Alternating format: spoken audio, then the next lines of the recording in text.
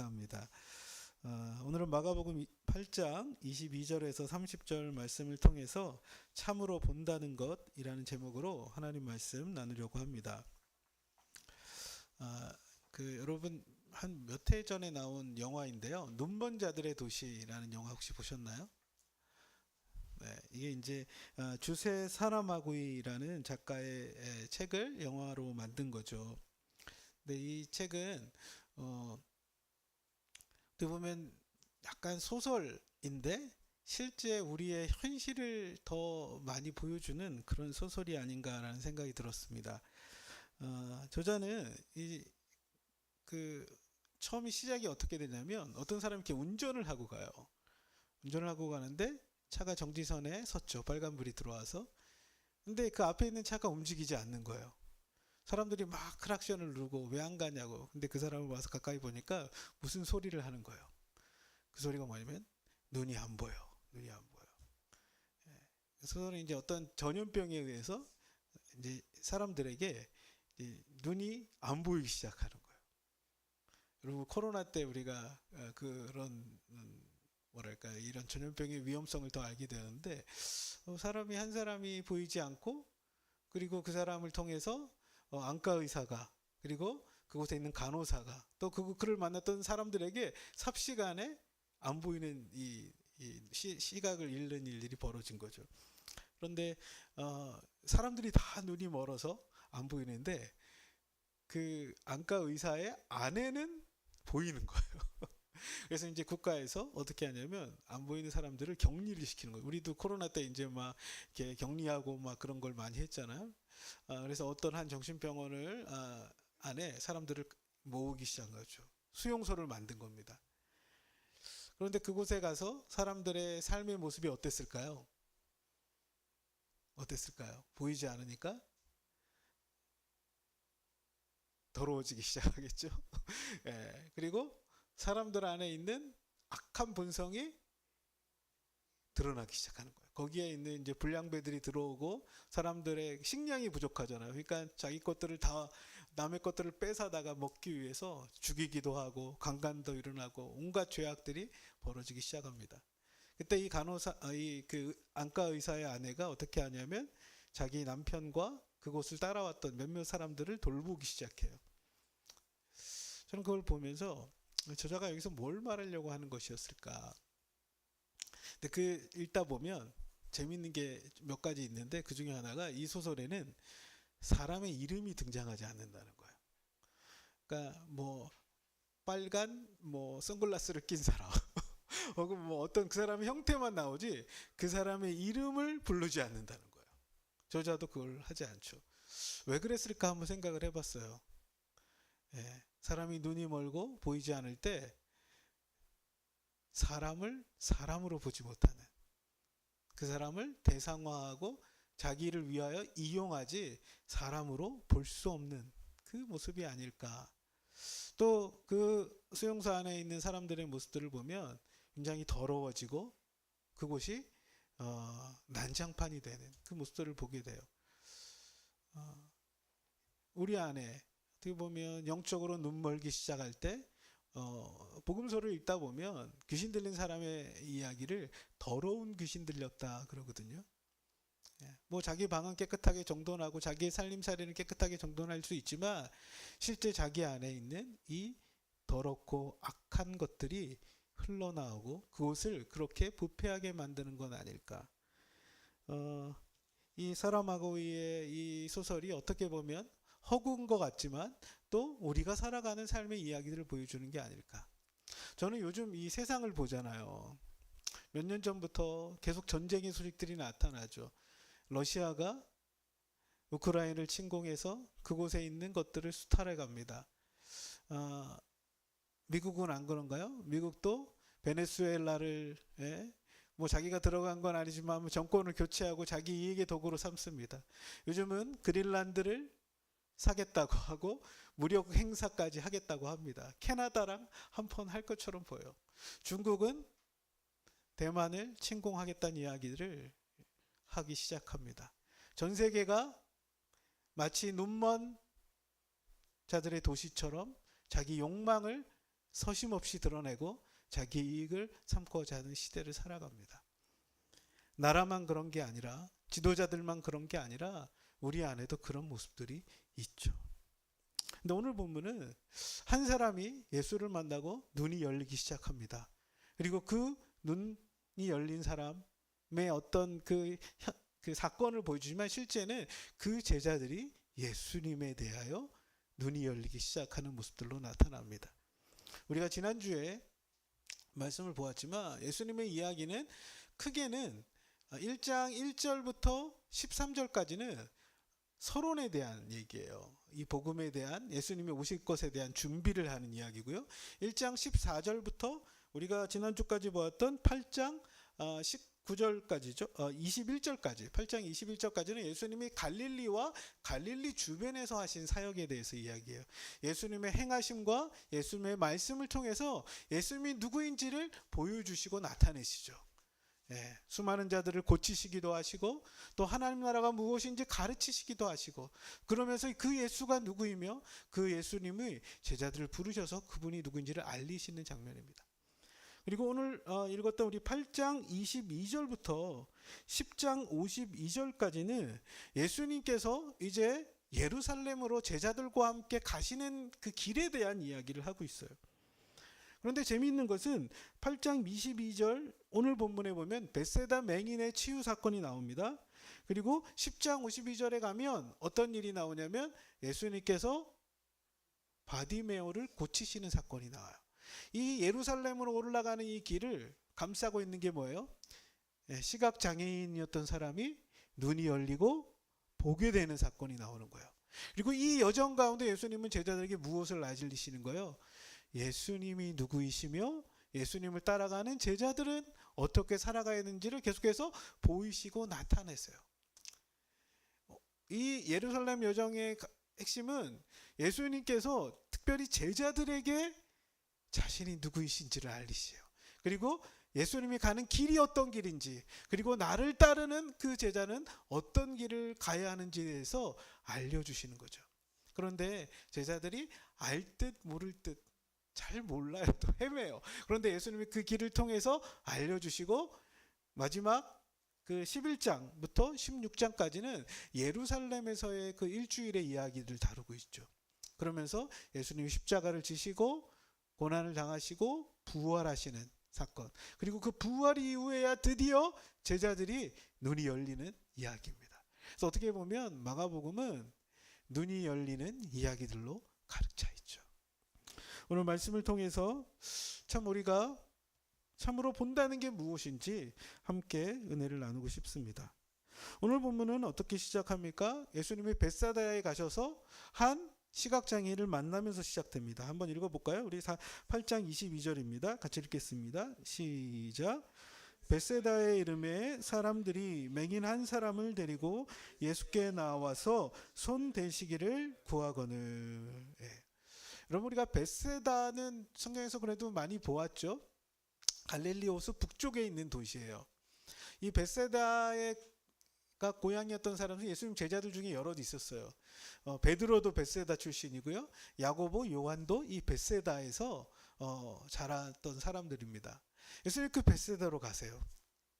그리고 예수님이 벳세다에 갔을 때 사람들이 누구를 데려와요? 한 맹인을 데리고 왔다 이야기합니다. 그리고 그 사람이 왜 예수님께 데리고 왔어요? 예수님께 손을 대시기를 구하려고 예수님께 데려왔다. 왜 예수님께 손을 대달라고 했을까요? 손을 대어서 어떻게 해달라는 거예요? 치유해달라는 거예요. 그렇죠. 여러분, 성경을 보다 보면 예수님께 이 아픈 사람들을 데려오는 사람들 이야기가 많이 나와요. 대표적인 게 마가복음 2장에 보면 중풍병자를 그 친구들이, 그 사람들이, 같이 있던 사람들이 데리고 예수님께 오죠. 사람들이 너무 많으니까 지붕을 뚫고 예수님께 이 환자를 내리는 일들이 나타나요. 우리가 얼마 전에 보았던 예수님이 두로 지역, 이방인들이 살고 있는 곳에 갔을 때도 어떤 사람이 예수님께 환자를 데리고 와요? 귀신 들린 자기 딸을 데리고 예수님께 오게 되죠. 이 당시 사람들에게는 예수를 만나야만, 예수님이 그 사람을 만져주셔야만 회복이 일어날 것이라고 생각했던 것 같아요. 수많은 사람들이 예수를 만나면서 회복되기 시작하죠. 오늘 본문에서는 시각장애인이 눈이 열립니다. 중풍병자였던 사람이 병이 낫고 걸어가는 일들이 나타나요. 귀신 들렸던 사람에게 귀신이 떠나가고 온전하게 되는 일들이 나타나게 되죠. 예수를 만날 때 그 일들이 일어난다는 걸 알았기 때문에 예수님께 데려왔던 것입니다. 각자가 예수님께 나가면 좋잖아요. 그렇죠? 여러분, 시각장애인은요, 가고 싶어도 못 가요. 어떻게 찾아가요? 어떻게? 중풍병자도 일어나서 가고 싶은데 갈 수가 없는, 그러니까 사람들이 나 좀 데려가줘, 그래서 데려갔을 수도 있겠죠. 그렇죠? 귀신 들린 자기 딸을 보면서 안타까웠던 사람들이 그 딸을 데리고 예수님께 나아오고 있죠. 여러분도 예수님께 데려가고 싶은 사람들이 있죠? 우리 지난주에 왔었는데 오늘 아들이 안 왔는데, 네, 휴가 갔어요?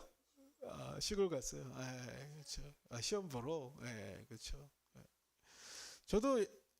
저는 뭐 우연히 교회 나갔죠. 우연이라기보다 하나님의 어떤 섭리 속에 간 건데, 혼자 놀고 있을 때 어떤 한 목사님이 교회 갈래? 사탕 2개 주면서 가자 해서 그래서 교회를 가기 시작했어요. 근데 교회 가면서 너무 좋았거든요. 근데 인천에 왔는데 아무도 교회를 저한테 가자는 얘기를 안 하는 거예요. 가고 싶은데.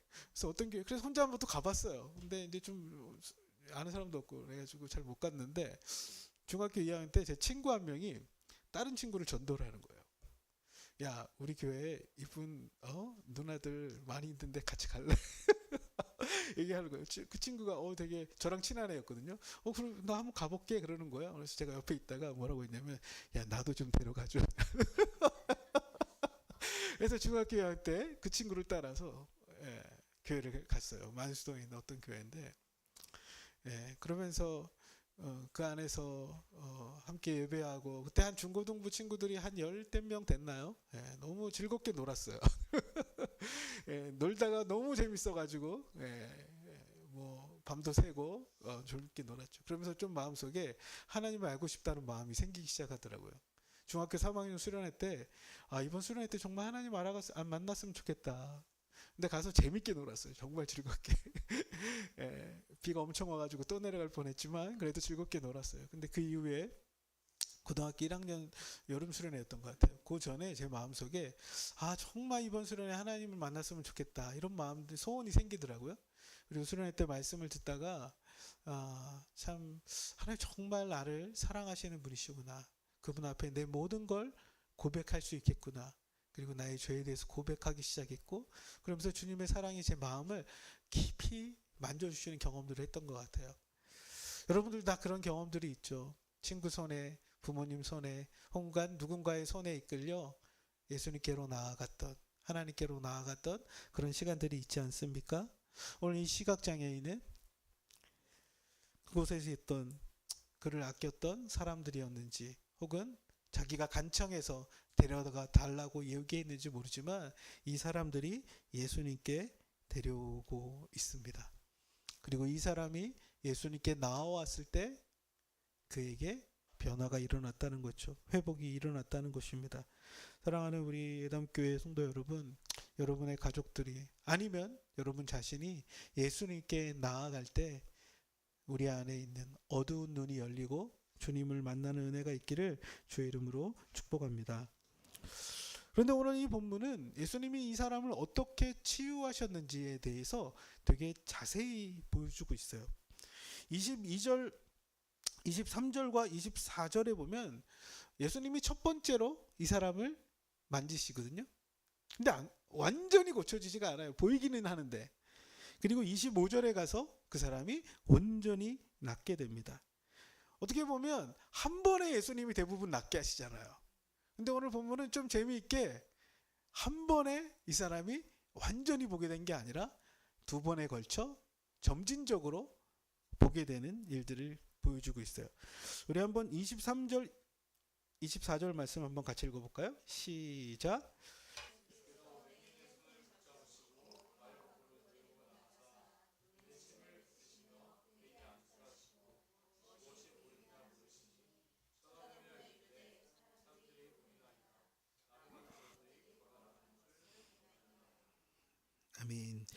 네.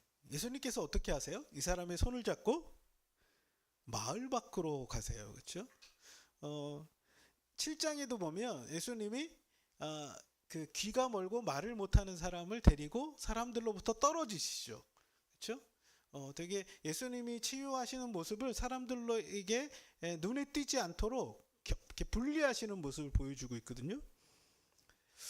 사람들은 치유하는 그 행위 자체만 관심 갖지 그것을 통해서 무엇을 말씀하시는지를 잘 이해하지 못했던 것 같아요. 그래서 현상만, 상황만 쫓아가는 그 사람들로부터 때로는 예수님이 그 사람을 데리고 그 사람에게만 집중하시죠. 그리고 어떻게 하십니까? 예수님이 좀 더러운 방법을 쓰죠. 눈에다가 침을 뱉으세요. 눈에 침을 어떻게 뱉으셨을까요? 막 이렇게 많이 뱉으셨을까요? 모르겠지만 아무튼 침을 딱딱 뱉으세요. 그리고 어떻게 하세요? 눈에다가 손을 대세요. 그렇죠? 네. 그에게 안수하시고 예수님이 물어보시죠.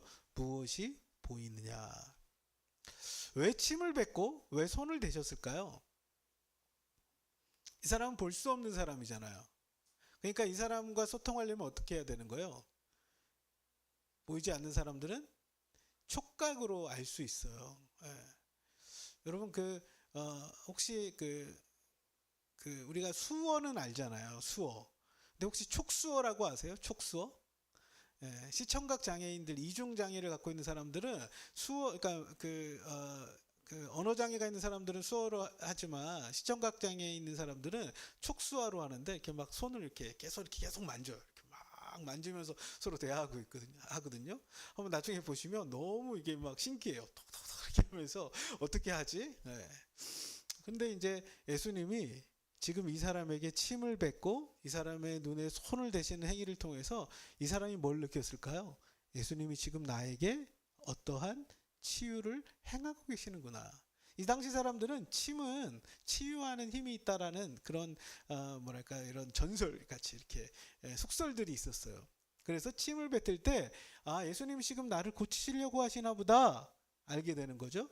그리고 예수님이 손을 얹어 예수님이 그 사람에게 물어보실 때 지금 예수님의 능력이 나에게 일어나고 있구나, 그런 것들을 알 수 있었겠죠.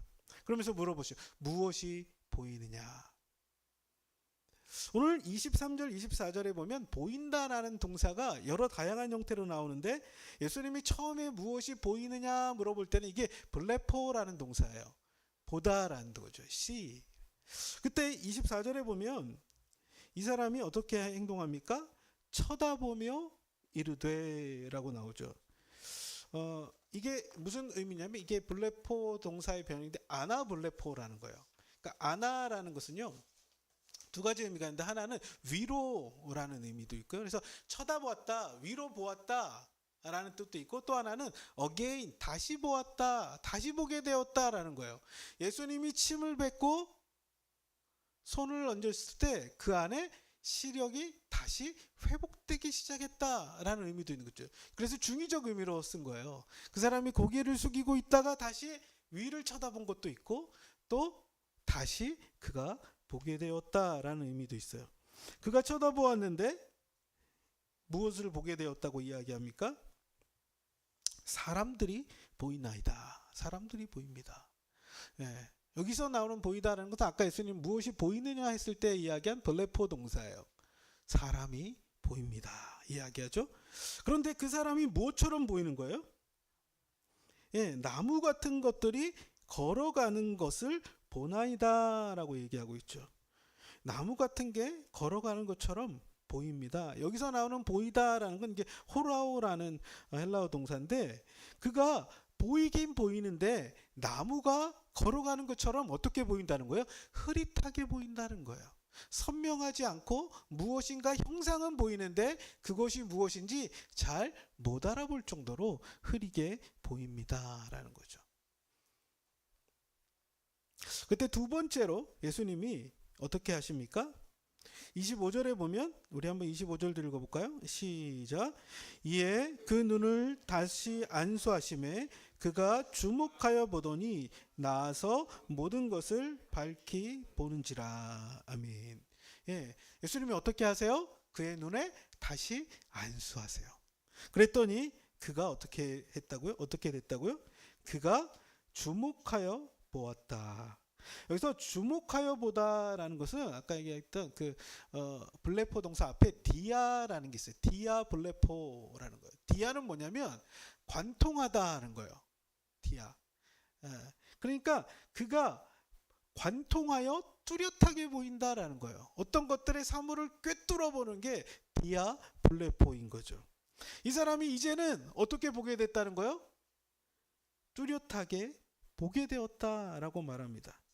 그러면서 이후에 그 사람이 어떻게 보는 것인지를 설명하는데 나아서 모든 것을 밝히 보나이다.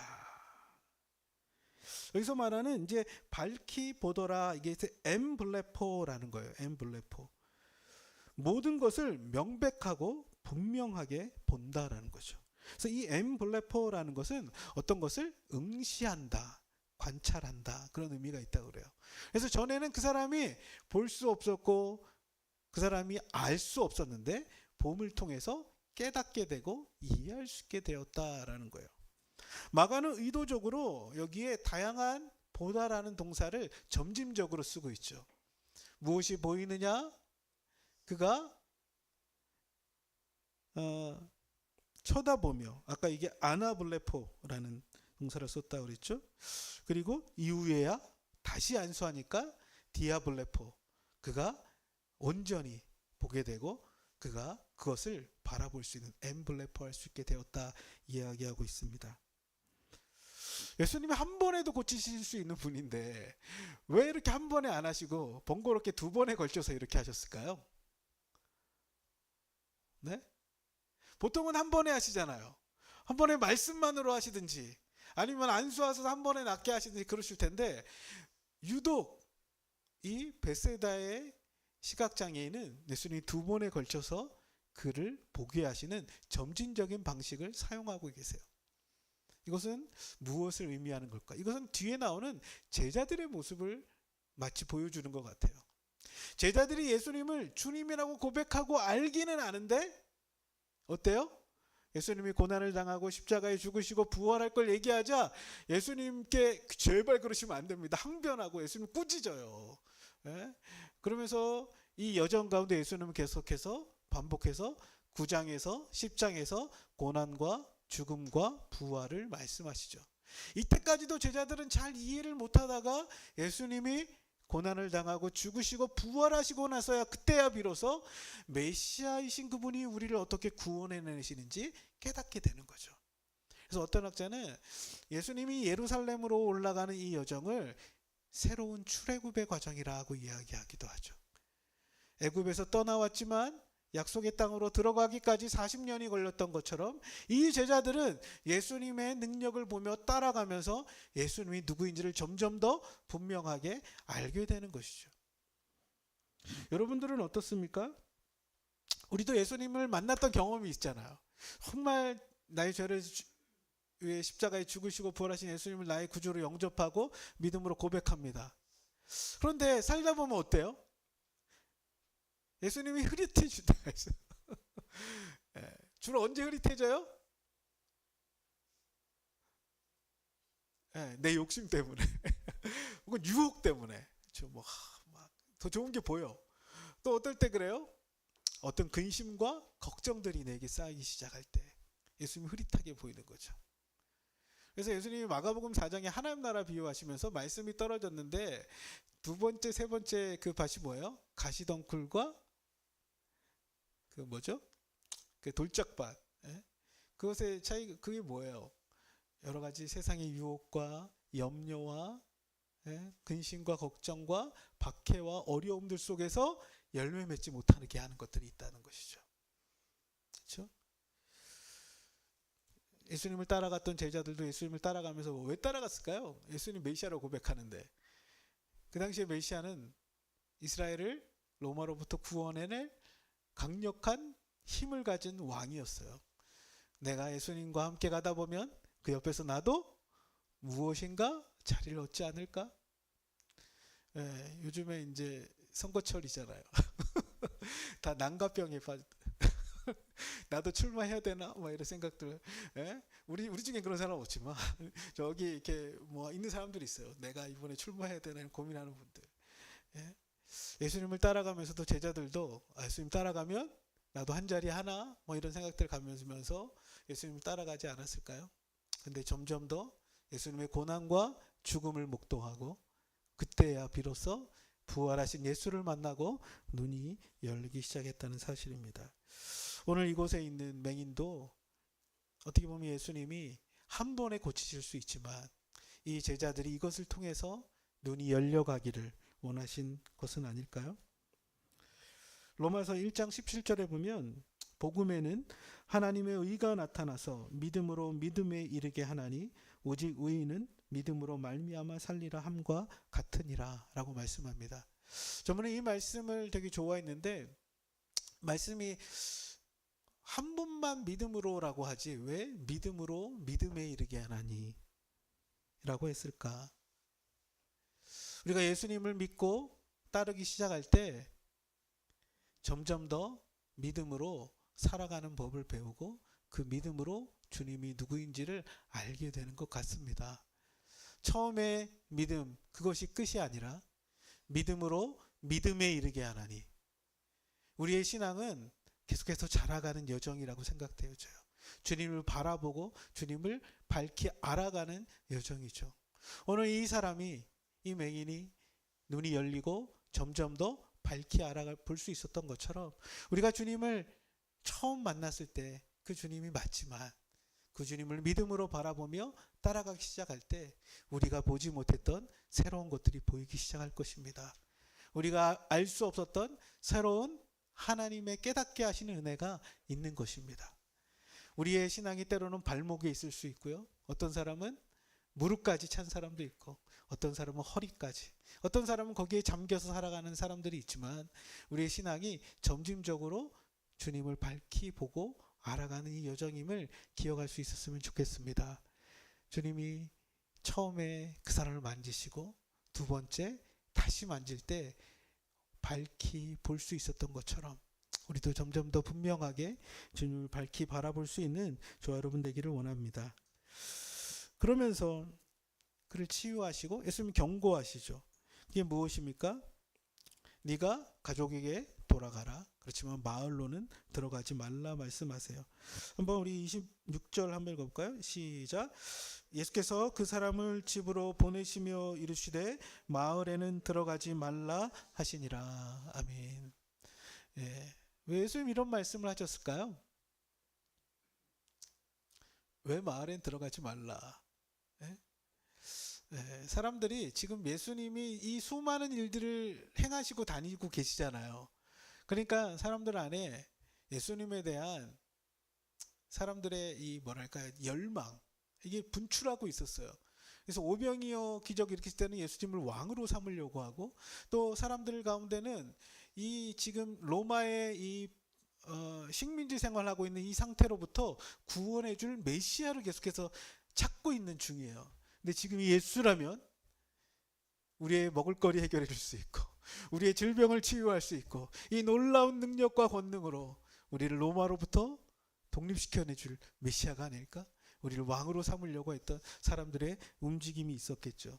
제자들도 어쩌면 그 속내를 가지고 예수를 쫓고 있었는지도 몰라요. 나중에 그게 아니라는 걸 가룟 유다가 알자 예수를 팔아버린 거 아닙니까?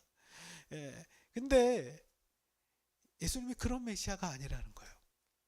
내가 정치적인 메시아도 내가 너희를 로마로부터 독립시켜줄 이 나라, 이 예루살렘, 이스라엘 나라를 세우기 위해 온 사람이 아니라는 걸 아셨죠. 그래서 어떻게 하시는 거예요? 네가 마을로 들어가지 말라. 아직 때가 아니라는 거예요. 아직 너희가 아는 게 다가 아니라는 거예요. 그래서 들어가지 말라고 하시지 않았을까라는 생각이 들어요. 그리고 나서 예수님이 제자들과 함께 어디로 가시냐면 빌립보 가이사라 지역으로 가시죠. 빌립보 가이사라는 이 갈릴리 호수로부터 북쪽으로 한 40km 정도 떨어진 곳이에요. 한 2, 3일 정도 걸려서 걸어갔겠죠. 그리고 이 가이사라 빌립보는 높은 그 산이 있는 그 산기슭 중턱에 있는 도시였죠. 우리가 헐몬산이라고 혹시 들어보셨어요? 그 이스라엘 북쪽에 가장 큰 높은 산. 헐몬의 이슬이 내려 뭐 아론의 수염으로 뭐 한다는 그곳에 이렇게 맞는 설이 있고 그 물이 흘러 요단강까지 흐르죠. 예? 그 산이 있던 곳이 있는 곳이었죠. 그곳으로 예수님이 제자들을 데리고 올라가십니다. 예수님이 그곳에 왜 제자들을 데리고 가셨을까? 바로 예루살렘으로 가실 수도 있잖아요. 그러면 쉽게 금방 갈 텐데 왜 굳이 북쪽으로 올라갔다가 거기서부터 또 내려가시는 길을 택하셨을까요? 예수님 의도적으로 제자들을 데리고 가시는 거예요. 제자들과만, 그러니까 유대인들이 별로 없는 곳으로 찾아가신, 그래서 제자들에게 집중하시려는 의도도 있었겠죠. 또한 그곳은 어떤 곳이었냐면 빌립보 가이사라라는 곳은 우상의 도시로 알려진 도시죠. 그 옛날 구약 시대에는 여기 어떤 우상이 있었냐면 여러분 그 구약 시대 가장 사람들이 섬겼던 우상이 뭡니까? 바알신이죠. 바알신을 섬겼던 곳이, 이 바알신의 신전이 있었던 곳이 이 빌립보 가이사라 지역이었어요. 그리고 나서 나중에 이제 헬라 시대가 도래하죠. 그때 거기에 어떤 신전을 세우냐면 판신을 세웁니다. 판신전을. 판신은 어떤 신이냐면 목축의 신이에요. 예, 이스라엘 백성들이 목축을 많이 했잖아요. 그러니까 어떻게 돼요? 풀이 많아야 되고 물이 좋아야 돼요. 그러니까 어떻게 판신에게 가서 비는 것이죠. 비나이다. 우리 목축 생활 잘 할 수 있도록 주님이란다. 판신님. 네, 거기 가서 이제 예배하는 곳이었죠. 그리고 지금 이 로마 시대에는 어떤 신전이 있었을까요? 이름에서 알 수 있죠. 가이사가 뭡니까?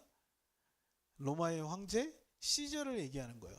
그래서 그 빌립이라는 황제가 이 왕이 분봉왕이죠. 누구한테 바친 도시냐면 가이사 아우구스투스 황제에게 이 도시에 이름을 붙인 거예요. 이 도시 이름을. 그래서 거기에다가 어떤 신전을 세웠냐면 로마 황제의 신전을 세운 거죠.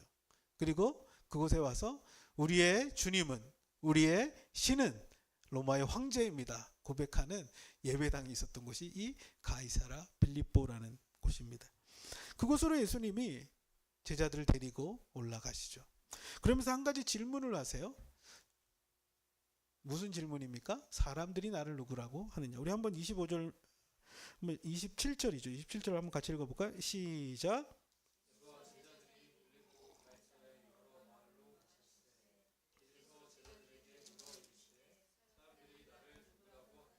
네, 사람들한테 물어봐요. 사람들이 나를 누구라고 하느냐. 지금 예수님이 많은 일들을 행하고 다니셨잖아요. 그리고 수많은 사람들이 예수님이 하시는 일들을 보았고 예수님의 말씀을 들었잖아요. 예수님에 대한 소문도 많이 났을 거 아니에요. 그러니까 사람들이 뭐라고 얘기한다는 걸 제자들이 이야기해요. 제자들이 여짜와 이르되 세례 요한이라 하고 더러는 엘리야 더러는 선지자 중에 하나라 하너이다. 예, 마가복음 6장에 보면 세례 요한이 죽고 그 분봉왕 누구죠?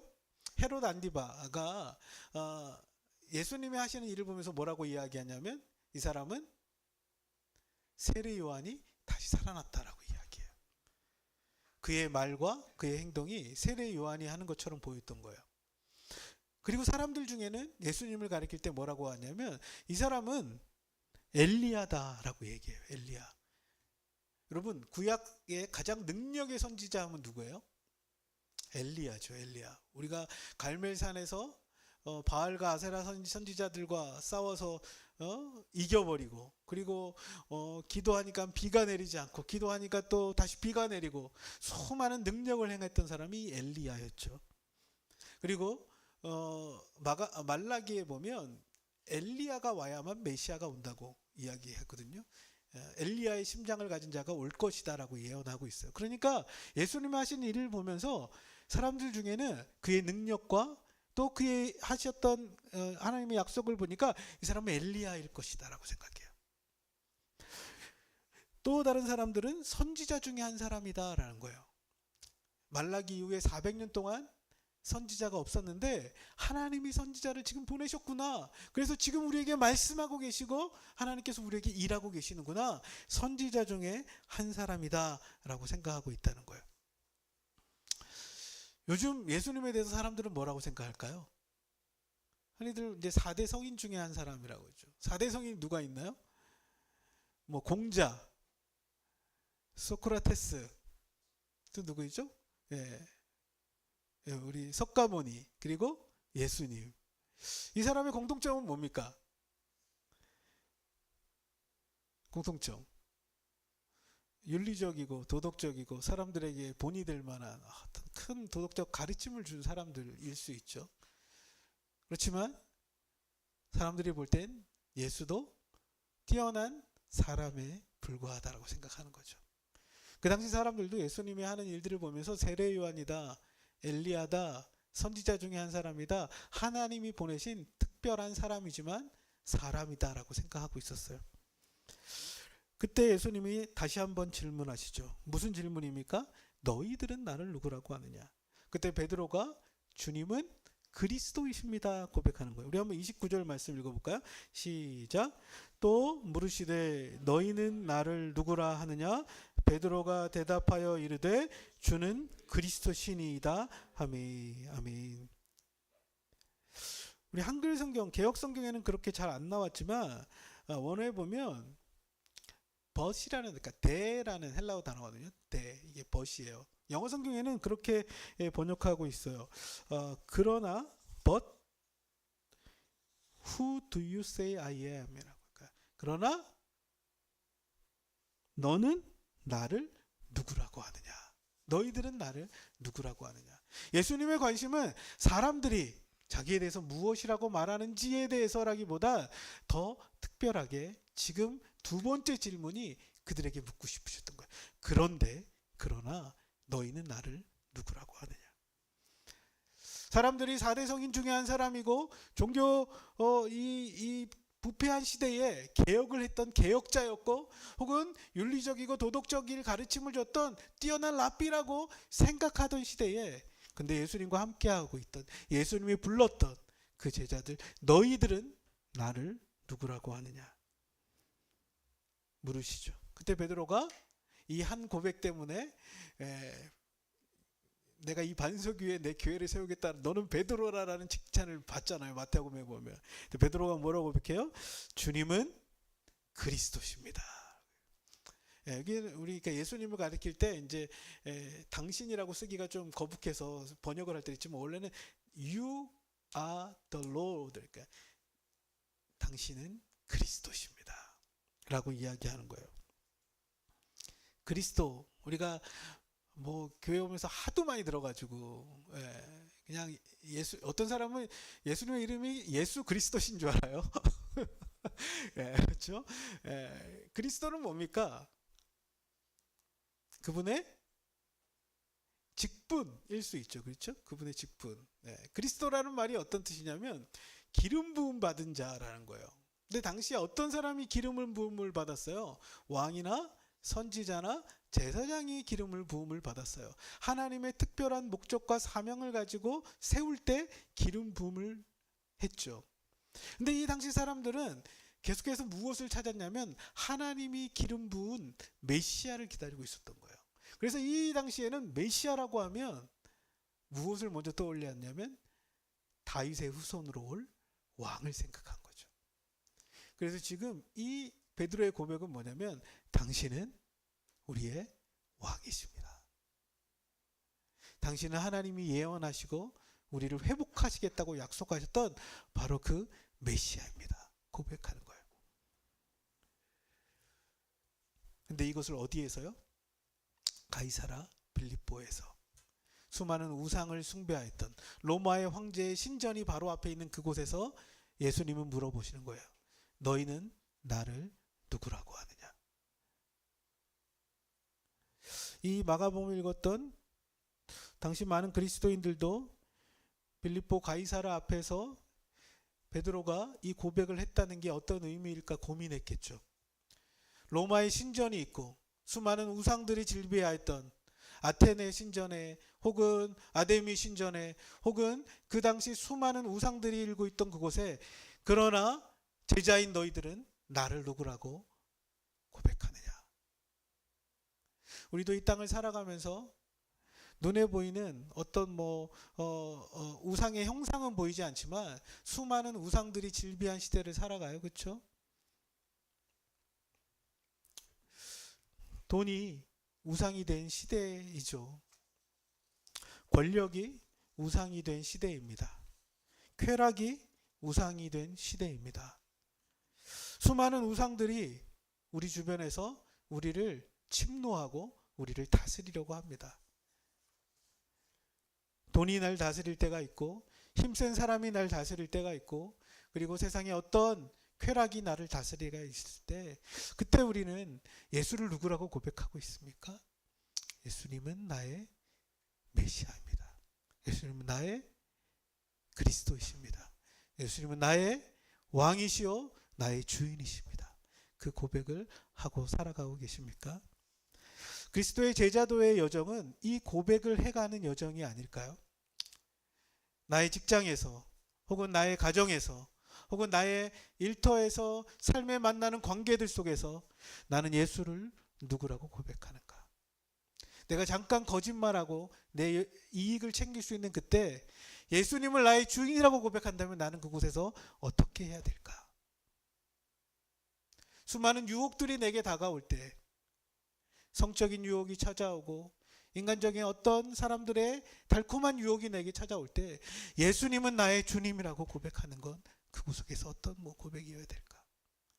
예수님은 그 제자들을 의도적으로 빌립보 가이사라로 가서 그러나 너희는 나를 누구라고 하느냐? 세상 사람들은 나를 뛰어난 사람으로 취급할 수 있지만 근데 너희에게 나는 누구냐라고 물어보시는 거죠. 우리의 인생의 순간순간이 이 고백을 주님이 물어보신다고 생각되어집니다.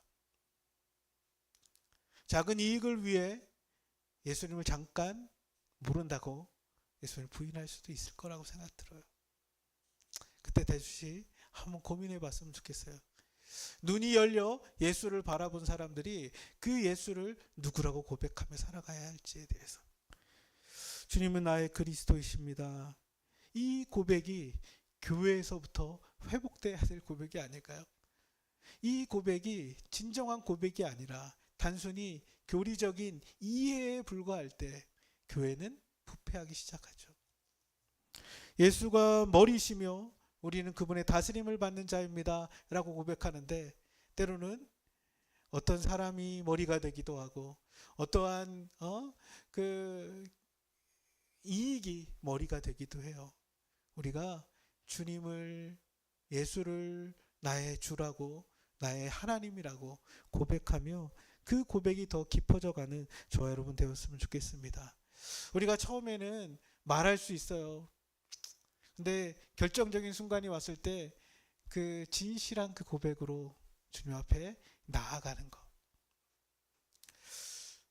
제자들도 이 질문에 계속해서 마주하면서 살아갔죠. 가룟 유다는 나중에 그래서 예수님을 은 30에 팔아버리잖아요. 그것이 괴로워서 나중에 죽게 되지만 계속해서 이 고백, 그러나 너희는 나를 누구라고 하느냐. 우리의 신앙의 여정들 속에 이 고백이 더 깊어져가는, 처음부터 그렇지 않을 수도 있어요. 그렇죠? 처음에는 흐릿하게 보일 때가 있어요. 주님에 대한 고백이. 그런데 신앙생활 하면 할수록 주님에 대한 고백이 더 깊어져가는 저와 여러분 되었기를 주의 이름으로 축복합니다. 참 저도 그랬던 것 같아요. 아까 예수님을 만났던 이야기들을 했지만 대학에 가고 또 사역들을 해가면서 지금도 여전히 주님은 나의 주님이십니다 라고 고백하는 씨름들을 하게 되는 것 같아요. 지난주에도 그랬고 지지난주에도 순간 유혹이 찾아오기도 하고 순간 마음이 흔들리기도 하고 그때 그냥 편안하게 편한 길을 택하고 싶을 때가 많이 찾아오죠. 근데 그러나 너희는 나를 누구라고 하느냐. 우상이 가득한 그곳에서 주님은 예수가 주인 되심을 고백하는 그 제자들의 고백을 기뻐하십니다. 어두운 눈이 열리고 그들의 삶의 주인 되심을 바르게 고백하는 것이 바로 신앙의 여정이라는 것입니다. 말씀을 맺고자 합니다. 아까 제가 눈먼 자들의 도시에 대해서 이야기했는데 그 눈먼 자들의 도시 마지막에 보면 그 의사의 아내가 이런 얘기를 해요. 나는 우리가 눈이 멀었다가 다시 보게 된 것이라고 생각하지 않아요. 나는 우리가 처음부터 눈이 멀었고 지금도 눈이 멀었다고 생각해요. 그랬더니 의사인 그 남편이 눈이 멀었지만 본다는 건가? 그때 이 아내가 이렇게 얘기합니다. 볼 수 있지만 보지 않는 사람들이라는 거죠. 저는 이걸 보면서 보는 것 같지만 실체를 참으로 못 보고 있는 것이 아닌가. 오늘 이 사람이 어떻게 보게 됐습니까? 예수님께 나아가면서였어요. 그분을 통해 그의 눈이 열리고 그분을 통해 세상을 바로 볼 수 있었죠. 그 제자들은 이후에서야 어떻게 이야기합니까? 예수님을 메시아로 고백하며 예수님과 함께 예루살렘의 길을 출발하게 됩니다. 우리가 다음 주에 살펴보겠지만 이 고백은 반쪽짜리 고백이었음이 드러나요. 예수님이 고난과 십자가를 할 때 예수님을 맞기 시작하거든요. 그런데 이 여정을 통해서 부활하신 예수를 만나고 진짜 메시아라는 고백이 어떤 고백인지를 그들이 깨닫게 되는 거죠. 우리의 신앙의 여정이 예수님께 나아가 우리의 눈이 열려지기를 축복합니다. 우리의 신앙의 여정이 주님을 바로 나의 구주로, 나의 메시아로 고백하는 것이 점점 더 깊어져가는 그런 여정이 되기를 주의 이름으로 축복합니다.